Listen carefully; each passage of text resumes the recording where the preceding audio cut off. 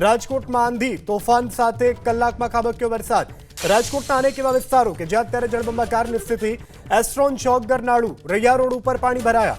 Raiya road વિસ્તારમાં પાણીના પ્રવાહમાં તણાયા વાહનો। ભારે પવન સાથે રૈયા રોડ વિસ્તારમાં વૃક્ષો પણ ધરાશાયી થયા છે।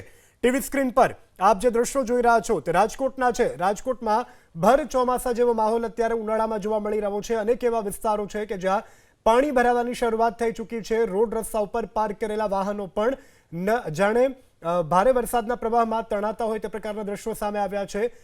જે ગરનાળાઓ છે ત્યાં વરસાદી પાણી ભરાવાની શરૂઆત થઈ ચૂકી છે। હવામાન વિભાગની આગાહી હતી કે સૌરાષ્ટ્ર કચ્છના અનેક ભાગોમાં વરસાદ પડશે। સંવાદદાતા આપણી સાથે જોડાઈ ગયા છે। રાજકોટથી પરાક્રમસિંહ જાડેજા જોડાઈ ગયા છે અને આપણી સાથે જામનગરથી પણ સંવાદદાતા રવિ બુદ્ધદેવ જોડાયા છે। પ્રથમ પરાક્રમસિંહ, આપની જોડે આપવા માંગુ છું, અત્યારે રાજકોટના કયા વિસ્તારમાં કેવો વરસાદ, શું સ્થિતિ?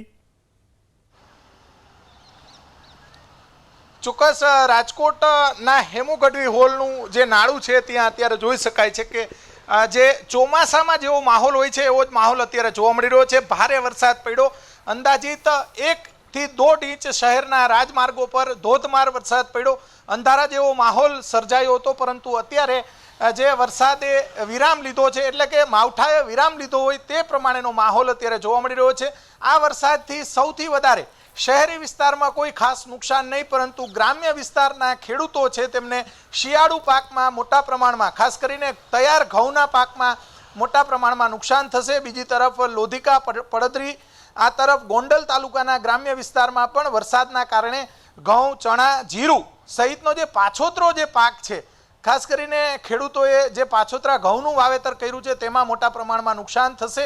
આ નુકસાન જ્યારે પણ ખેડૂતોનો પાક તૈયાર થઈ જાય, ઉનાળો હોય કે ચોમાસું હોય કે પછી શિયાળો હોય, કોઈ પણ ઋતુની અંદર જ્યારે ખેડૂતોનો તૈયાર પાક થઈ જાય ત્યારે જ મોટા પ્રમાણમાં નુકસાન થતું હોય છે। ઘઉંના પાકમાં મોટા પ્રમાણમાં નુકસાન, બીજી તરફ જે અલગ અલગ જે શિયાળુ પાકનું ખાસ કરીને સૌરાષ્ટ્રના અલગ અલગ વિસ્તારોની અંદર વાવેતર થતું હોય છે। સૌરાષ્ટ્રમાં કેરીના પાકને સૌથી વધારે જો નુકસાન થવાનું છે તો કેરીના પાકને નુકસાન થશે। ભારે પવન સાથે રાજકોટ અને જે સૌરાષ્ટ્રના અન્ય ભાગોમાં પણ જે આંબાનું જે આંબાવાડિયા મોટા પ્રમાણમાં છે, બગીચાઓ આવેલા છે, ત્યાં પણ મોટા પ્રમાણમાં નુકસાન થશે।